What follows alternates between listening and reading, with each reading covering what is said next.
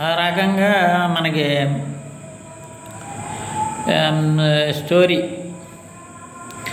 Story అనేది అనుకుని script మొత్తం పూర్తి చేసుకొని ఏంటి మొత్తం అంతా డిస్కషన్ చేసుకోవాలి. మళ్ళీ కూర్చొని మధ్య ప్రశ్న వేస్తూ ఉండాలి. ఏంటి ఇలా ఎందుకు అయింది, అలా ఎందుకు వచ్చింది, ఏమన్నా సందేహాలు ఉంటే అవన్నీ వెలిపిస్తూ దాన్ని మళ్ళీ సవరించుకుంటూ దాని స్టోరీని పకడ్బందీగా తయారు చేసుకుంటే దాన్ని బౌండెడ్ స్క్రిప్ట్ అంటారు. దాన్ని బౌండింగ్ చేస్తారు, స్పైరల్ బౌండింగ్ చేయాలి.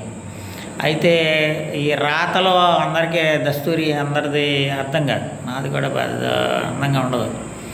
అట్లా ఇదివరకు ఇది అందమైన దస్తూరి వాళ్ళతో రాయించేవాళ్ళు. ఇప్పుడు ఇంత డీటీపీ వచ్చేసింది కదా, అందులో డీటీపీ కొట్టించేసేసి ప్రింట్లు చేస్తున్నారు. ఒక 5 కాపీలు తయారు చేయాలి.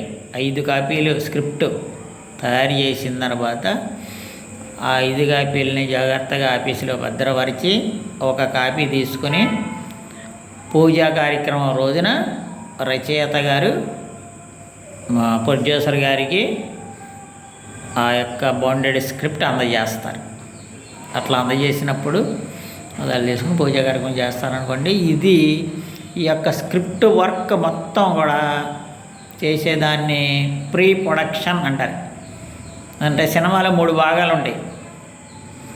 3 భాగాలుగా ఉంటాయండి సినిమా అనేది నిర్మాణం మొత్తం కూడా. మొదటిది ప్రీ ప్రొడక్షన్, రెండోది ప్రొడక్షన్, మూడోది పోస్ట్ ప్రొడక్షన్. దాంతో ఫస్ట్ కాపీ వచ్చేసి సెన్సార్కి పంపిస్తారు.